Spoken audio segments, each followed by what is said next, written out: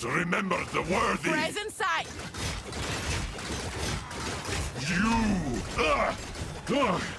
This changes nothing.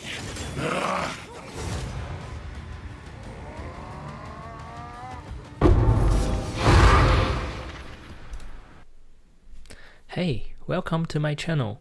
Today I'm going to share a safe and strong Huntress build I have been working on recently, the Electrocute Rapid Assault Amazon. This build has no problem surviving endgame T16 maps, and it can also easily take down pinnacle bosses like Chaos Trimaster and Zesht. Even though it uses Lightning Spear, it may be quite different from other builds with the same skill. This one focuses on Electrocute and Life Leech. On top of that, the build is actually very simple and the gameplay is super straightforward. Let's get into it. As you may already noticed, I'm only using 3 skills in total: Lightning Spear, Rapid Assault, and Blood Mark. First, let's look at map clearing. Basically, map clearing is just walking around and spamming Lightning Spear, and it is surprisingly safe to do so. Why is that? Because our Lightning Spear is a full screen AoE that either kills enemies outright or electrocute them. So even if you see a full screen of mobs, they are either going to die from our next attack or to be electrocuted and unable to hit us. We are not actually facing a huge number of enemies that can move and attack us. So to make this really effective, we need to invest on damage and electrocute build up. So by default, the Lightning Spear is not build up electrocute. It's going to shock enemy. However, we can turn it from shock to electrocute by using this support gem, Electrocute. And then that's actually not enough though. We are going to have another one, Neutral Overload. So it actually will speed up the Electrocute build up. And then some Lightning Fusion for more damage. And this one 20% more damage but has some penalty on movement speed. That's fine. There is a key support gem is Volt. I think everyone using the Lightning Spear is actually using that. So when we walk, it actually accumulates the voltaic charge, and then when we use the Lightning Spear, it will consume this charge, and it will actually make our Lightning Spear much more powerful with such charge. But that's still not really that enough actually. Well, it actually already working somehow, but with some persistent buffs, it will be working much better, which actually you can see I got 4 of them supporting this pattern. So first, Overwhelm Presence. So this one is actually going to lower down the threshold of enemies to our Electrocute build up, and then so it actually make our Electrocute build up much easier. And then Herald of Ash, Herald of Thunder, they help add extra damage to the enemies when we are killing some of them, and they spread the damage to the rest of them. And then Combat Frenzy. This one is actually a little bit special. So this one will actually give us frenzy charge when we electrocute enemy. And because we are going to electrocute enemy with our Lightning Spear, so we can actually gain frenzy charges quite easily, while this frenzy charge in turn will make our Lightning Spear more powerful. So this is a very positive feedback loop. That's not all for mapping. As many other players, I used to feel very fragile to monsters' attack as well. It was really easy to get killed by mobs if not paying close attention, but I did figure out a viable solution without relying on a huge number of life or energy shield. That is, I don't need to be a tank for good survivability. As you can see, I only have about 2k life and 100 energy shield. That's not much. So getting the elemental and chaos resistance kept at 75% is just the beginning. I think everyone in the end game already doing so. While the key is actually life leech, block, armor, and chance to avoid heat. Let's talk about them. So life leech, as you could see, let's just open any of the attack skill. You could see I actually have 25% of life leech and about 5% of mana leech. So basically one round of attack can refill my whole life pool, if not more. While because my ascendancy is Amazon, so actually I get a special node here that allows me to leech life from not only physical damage but also elemental damage, which means when I throw lightning spears, I also gain or leech life from this lightning damages. So with that, to clear the map, it's very effective to refill my life pool whenever I actually lose some HP. Block, as you could see, I'm kept at 75%. And block is a flat rate to reduce or basically avoid damage. So 75% of time I could block the damage. However, it's not really a full avoid of getting hit or avoid of damage by using this block, because I'm not actually having enough nodes to invest on block. However, I just invested basically one keystone node here, glancing blow. It allows me to double up my block chance, but I need to take 50% of damage from the blocked hits. That's actually fine, because the key point here is trying to reduce the damage, getting rid of being one shot. So 50% of damage is already a lot reduction. With life leech, I just talked about the life loss due to the heat goes through my fake block. May not even noticeable most of the time during mapping, because the next round of lightning spear it's already refilled. Apart from that, there's also another very important part for the defense. It's armor and chance to avoid heat. So when we see resistance are already kept, elemental and chaos damage are generally not really the problem causing the death in the mapping. The real issue mainly is about physical damage most of the time, from what I can tell. And there are a few ways to solve that, and my choice is actually Knight Armor. So how it works is kind of like there is a unique armor called Knight Armor, and it allows me to avoid physical damage from heat. There is a 40% of chance. So whenever I got the physical heat, there's 40% chance that I already avoid.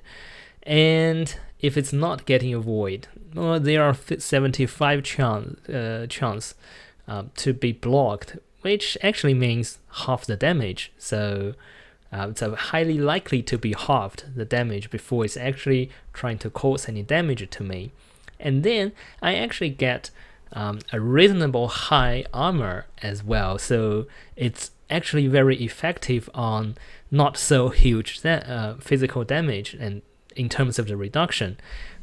So it's about 50% as shown here. So it's not exactly 50% depending on how large and how small the physical heat is, but it's actually quite effective after it's going through the half damage bypassing our block in general. So with everything I mentioned, 2000 life pool without like much energy shield, it's just a 100, is actually very good enough to swim in T15 and 16 maps. Then let's talk about boss fight. There are again many options available, and I choose to go with Rapid Assault. A physical melee attack causes bleeding. The gameplay is very simple. Just give boss a mark, this blocked mark, then stab them into death. When necessary, dodge roll to avoid deadly attack from the boss. So that's basically it. The attack speed and damage is a key here, so we just simply add that to Rapid Assault. So you can see 20% attack speed, more damage, and the special thing need to be mentioned here is about armor breaking. So not only us players have armor to reduce physical damage, monsters and bosses, they have armors too, which allows them to reduce physical damage from us. Breaking their armor can significantly make our physical damage more effective. So we have this splinter on Rapid Assault, and we also have this single out that allows that the marked enemies, like the boss, is going to have armor broken equal to 10% of our physical damage take. So in combination of these two, we can break their armors quite easily and basically making our physical damage more effective. Apart from that, the persistent buffs that we were using for mapping is probably not the ones that we want to use for boss fighting. Say for example, we don't want to use Herald of Ash, Combat Frenzy, and Herald of Thunder on boss fighting, as there's no mobs in general. We just want to keep overwhelming and choose something else doing boss fighting. For example, I picked one for attrition and this scavenger plating to increase my armor, that kind of stuff. We can manually switch them before and after boss fighting, but it's not really convenient, and we actually using a different attack pattern compared to our mapping, because like this is physical and this is light, this is elemental, so we probably want a different passive tree as well in compared to the mapping. So here we are actually solving that in a very easy way to having two different weapon set. So weapon set 1 used for mapping with just spamming lightning spear. Weapon set 2, this is just for boss fighting, and spam allows us to spamming the Rapid Assault. Generally these shield are similar, but the spear are a little bit different. So for lightning spear, like we probably want a lot more single physical damage, but the attack speed can be a little bit lower. But in Rapid Assault, I actually want very fast attack speed, while the physical damage could be in a single use could be a little bit lower. That's fine. So a little bit different in between two, but it's actually not too much big deal. The real benefits, as I mentioned, is to allow us to manage different settings easily. So as mentioned, this persistent buffs, as we can see, if we don't want to use Herald of Ash and Herald of Thunder, Combat Frenzy in boss fight, we can just untick the box Here, say we only use them with weapon set 1, which is for mapping. We don't use them for weapon set 2. And for attrition, that kind of stuff, we actually want to use it for weapon set 2 only. And scavenger planting, we also want just weapon set 2. So when we swap the weapon, it will be disabled and enabled automatically. So this is the weapon set 1, this is weapon set 2. The opposite. This is weapon set 1, weapon set 2. So you can see they actually changed automatically. And there is also another trick.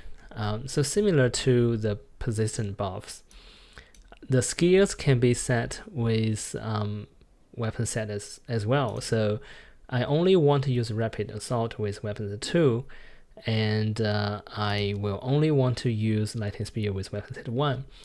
So that makes us very easy to swap between them, as we bind, like I bind rapid assault as this left click, and I bind lightning spear as right click. So when I right click, it will directly swap to that weapon set and use that skill.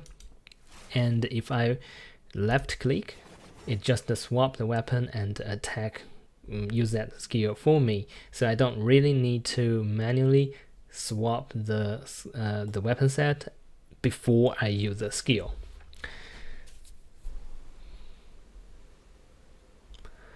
There is one more thing very important to introduce in this build, which is this unique helmet.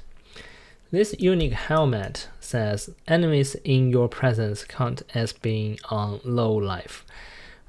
So the presence, if we hover over there, it will show us a green circle, and this circle shows the range that when enemies within this range, they will be counted as low life. And being counted as low life means we can do something very special to these enemies. And basically in our passive trees, we find two group of nodes that are very powerful against the low life enemies. One is this group. They give us like 30% increased damage on this small nodes, and give us this 60% increase on this big nodes. And another side, 30%, and even there is a 120% increase on these big nodes. That's such a huge boost when we hit against a low life enemies. So the unique helmet allows us to not just against the real low life enemies, but also enemies within that range can be treated as low life, and we can use such hundreds of increased damage against it. So that is about our main or major source of damage come from the passive tree. Other than that, I think importantly, we need to mention that I actually add two more nodes to increase the presence area of effect.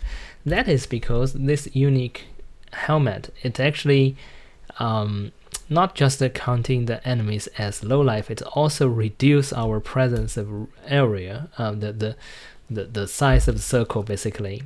So in order to include as much or as many enemies in that circle, we actually want to increase the range of the circle. So these two nodes. So this is a general setting. Then it's some weapon set specific settings need to be mentioned. So if you still remember, our weapon set 1 is lightning spear, and weapon set 2 is about the rapid assault. So if we look at the weapon set 1, this we are actually going to scale the elemental damage, and electrocute build up, and the damage when Herald enabled. So yeah, basically it's still elemental damage. So these two are the key things to scale when we have weapon set 1. And this two group of electrocute is very important. Like without them, I feel the electrocute build up is actually still a little bit slow. But with these two nodes, two group of nodes, I find it's very fast to build up this electrocute and gain frozen charge very frequently, very easily. I don't need to worry about that. So that is weapon set 1. And for weapon set 2, the rapid assault, we actually want to gain as much damage as possible against the bosses. So this group of nodes, and we have some attack area damage. It's actually counted as AOE as well. So damage, and break some more armor, armor break duration. That's also welcome. And because it's actually causing bleeding, so a few more damage against the bleeding enemies is also welcome. And because it's physical, so we have increased attack physical damage, more stun build up, more increased armor breaking, that sort of thing. And there is a small group of nodes that just plan increase the damage of 100 weapon, which the spear is 100 weapon. So basically that's it. For special ascendancy nodes, we mentioned about this Leech node before. And for Amazon, I think like a lot of people going for critical hits and pick weapon with accuracy rating and stack them. I'm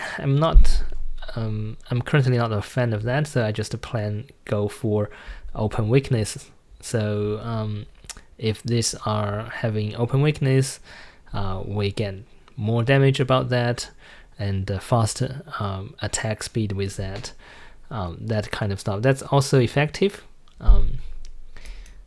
And I actually picked this one as well for using Life Flux to recover mana. That is well, a quality of life change, I would say, because sometimes when I see the Soul Eater, it could be a little bit hard to react when they just jumping around or running super fast towards me, and then my mana is going to be drained. And because every skill here needs mana, I really need to have mana to fight back. So allow me to have some, like, to use this Life Flask to recover mana. It makes things easier, much easier. So I have this in total. The build itself, the planner is going to be attached in the description of the video. Feel free to check it out. Thanks for watching. Have fun.